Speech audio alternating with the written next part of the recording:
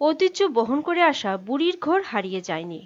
আধুনিকতার ছোঁয়ায় একেবারে হারিয়ে যায়নি পৌষ সংক্রান্তির আগের দিন বুড়ির ঘরে পিকনিক করার পরম্পরা। ছেলে মেয়েদের আনন্দের সেই ঘর এখনও আছে গ্রাম বাংলায়। প্রতি বছরের মতো এবারও সেই দৃশ্য ধরা পড়ল কল্যাণপুরের তোতাবাড়ি, অমর কলোনি, মোহরছড়া, গোপালনগরে। ছোট ছোট ছেলেমেয়েরা খড়সহ বিভিন্ন জিনিস দিয়ে তৈরি করছেন বুড়ির ঘর। বেশ কিছু উৎসাহ পরিলক্ষিত হয় তাদের মধ্যে। সোমবার সেই ঘরে তারা ভাত, মাংস, রুটি সহ নানা রকম খাবার তৈরি করে খাবে। নিজেরাই সামান্য টাকা দিয়ে ওই আয়োজন করবে।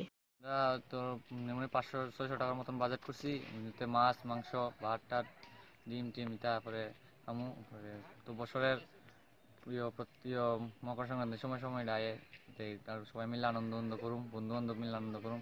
যুগ যুগ ধরে চলে আসা সে ঐতিহ্য আগামী দিনেও বহন করে আসবে নবীন প্রজন্ম, আশা সকলের। ব্যুরো রিপোর্ট, চ্যানেল দিন রাত।